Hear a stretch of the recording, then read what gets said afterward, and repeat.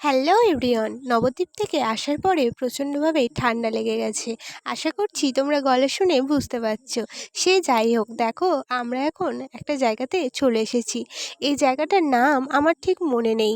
আর দেখো এখানে একটা এই যে গুহার মতো ছিল, যেটা কিন্তু অনেকটাই লম্বা ছিল। তোমরা যারা নবদ্বীপ ধামে এসেছো তারা এই জায়গাটা অবশ্যই চিনবে।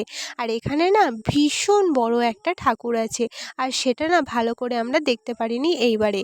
আমি আগেও দুবার এসেছি, তখন খুব ভালো করে জায়গাটা ঘুরেছিলাম। এবারে ঠাকুরটা দেখতে পারিনি, কারণ ঠাকুরটা এখন কাজ চলছে, মনে হলো রং করছে।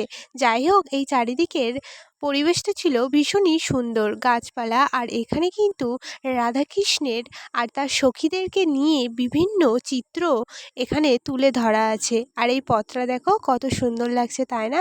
এখানে কিন্তু আমরা অনেক কিছুই দেখেছিলাম। পরপর তোমাদেরকে দেখাতে থাকবো, তোমরা কিন্তু অবশ্যই পাশে থেকো। আজ তবে এতটা, টাটা।